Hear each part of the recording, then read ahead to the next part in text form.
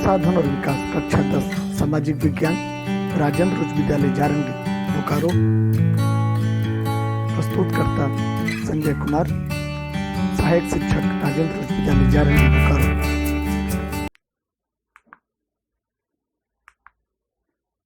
कक्षा 10 के लिए भूगोल की पाठ्यपुस्तक समकालीन भारत भाग 2 अध्याय 1 संसाधन और विकास के इस पहले भाग में हम आगे पढ़ेंगे। अध्याय के कुछ मुख्य अध्ययन बिंदुओं पर हम ध्यान देते हैं।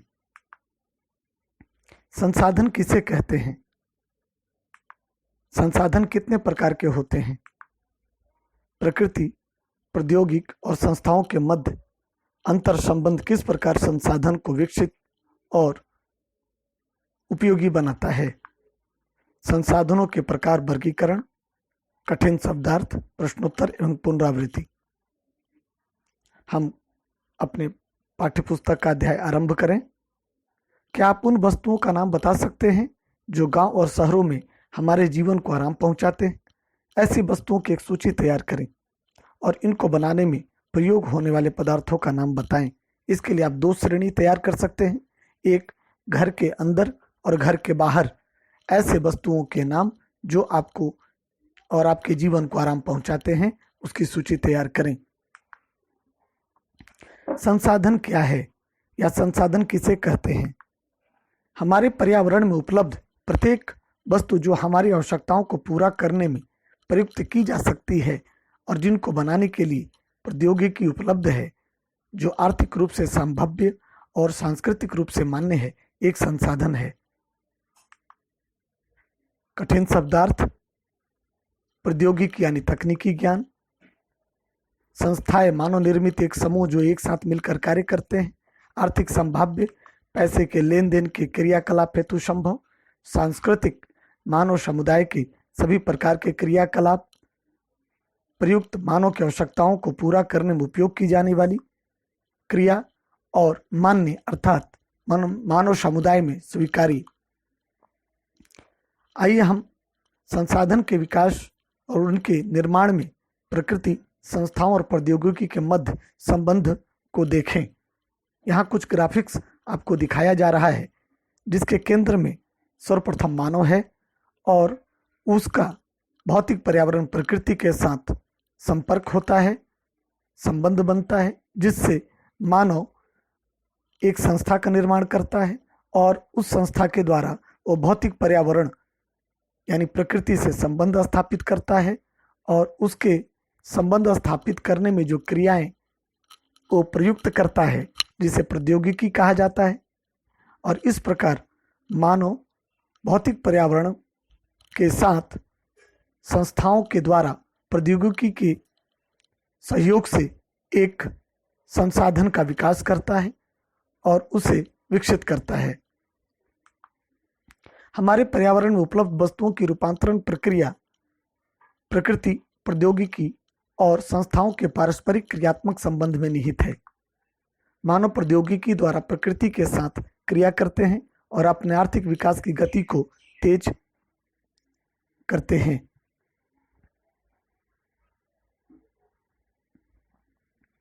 मानव प्रौद्योगिकी द्वारा प्रकृति के साथ क्रिया करते हैं और अपने आर्थिक विकास की गति को तेज करने के लिए संस्थाओं का निर्माण करते हैं।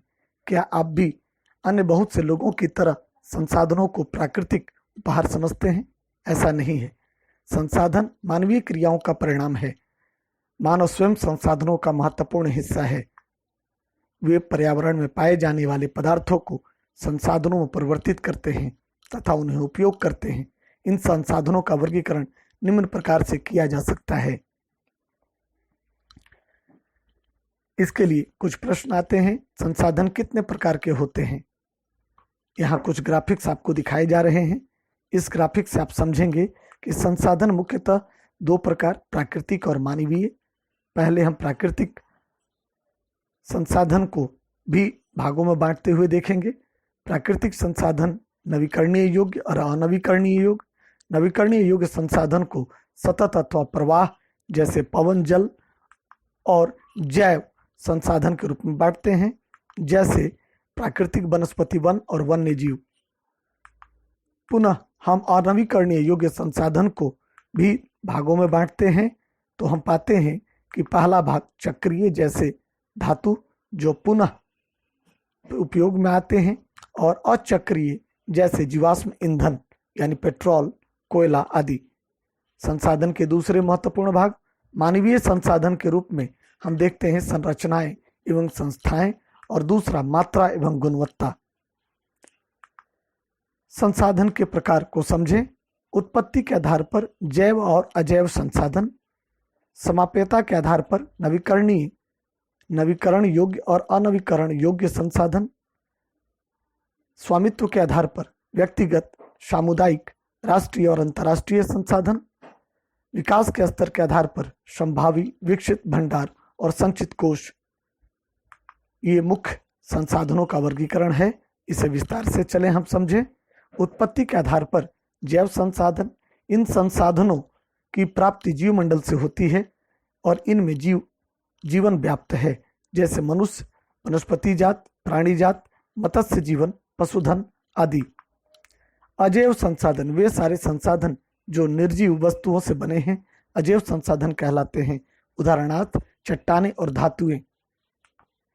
समाप्यता के आधार पर संसाधनों का प्रथम प्रकार नवीकरणीय योग्य संसाधन, वे संसाधन जिन्हें भौतिक, रासायनिक या आंतरिक प्रक्रियाओं द्वारा नवीकृत या पुनः उत्पन्न किया जा सकता है, उन्हें नवीकरण योग्य अथवा पुनः पूर्ति योग्य संसाधन कहा जाता है। उदाहरणार्थ सौर तथा पवन ऊर्जा, जल, वन व वन्य जीव। इन संसाधनों को सतत अथवा प्रवाह संसाधनों में विभाजित किया गया है। समाप्यता के आधार पर अगला भाग अनवीकरणीय योग्य संसाधन। इन संसाधनों का विकास एक लंबे भूवैज्ञानिक अंतराल में होता है। खनिज और जीवाश्म ईंधन इस प्रकार के संसाधनों के उदाहरण हैं। इनके बनने में लाखों वर्ष लग जाते हैं।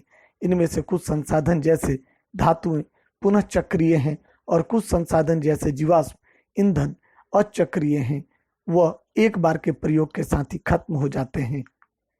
स्वामित्व के आधार पर व्यक्तिगत संसाधन निजी व्यक्तियों के स्वामित्व में भी होते हैं। बहुत से किसानों के पास सरकार द्वारा आवंटित भूमि होती है, जिसके बदले में वे सरकार को लगान चुकाते हैं। गांव में बहुत से लोग भूमि के स्वामी भी होते हैं और बहुत से लोग भूमिहीन होते हैं। शहरों में लोग भूखंड, घरों व अन्य जायदाद के मालिक होते हैं।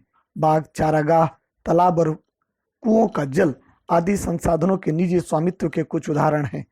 अपने परिवार के संसाधनों की एक सूची तैयार कीजिए क्रियाकलाप के रूप में और उसका मूल्यांकन कीजिए।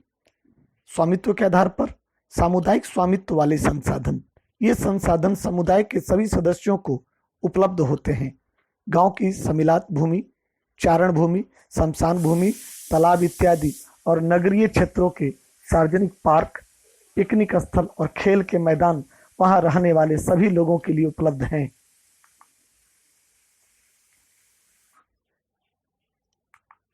स्वामित्व के आधार पर राष्ट्रीय संसाधन, तकनीक तौर पर देश में पाए जाने वाले सारे संसाधन राष्ट्रीय हैं।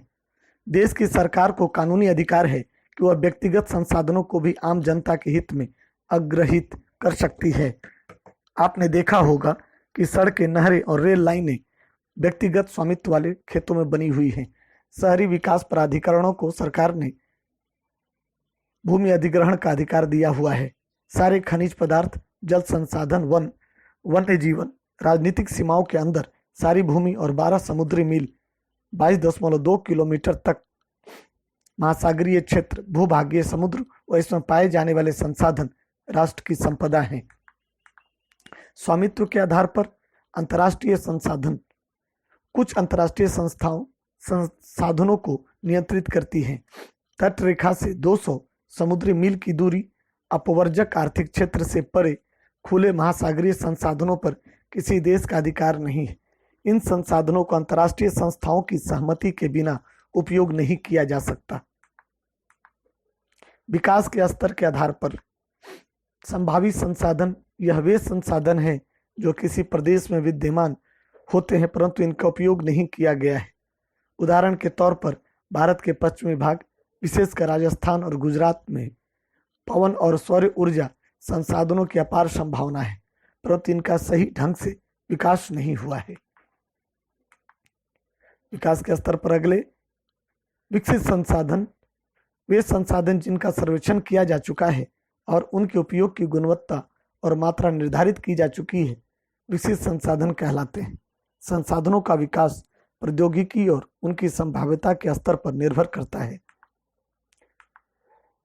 विकास के स्तर के आधार पर अगला भंडार, पर्यावरण में उपलब्ध हुए पदार्थ जो मानव की आवश्यकताओं की पूर्ति कर सकते हैं परंतु उपयुक्त प्रौद्योगिकी के अभाव में उसकी पहुंच से बाहर है, भंडार में शामिल है। उदाहरण के लिए जल दो गैसों हाइड्रोजन और ऑक्सीजन का यौगिक है। हाइड्रोजन ऊर्जा का मुख्य स्रोत बन सकता है परंतु इस उद्देश्य से इसका प्रयोग करने के लिए हमारे पास उन्नत तकनीक ज्ञान नहीं है। विकास के स्तर पर संचित कोष, यह संसाधन भंडार का ही हिस्सा है जिन्हें उपलब्ध तकनीकी ज्ञान की सहायता से उपयोग में लाया जा सकता है, परंतु इनका उपयोग अभी आरंभ नहीं हुआ है। इनका उपयोग भविष्य में आवश्यकता पूर्ति के लिए किया जा सकता है।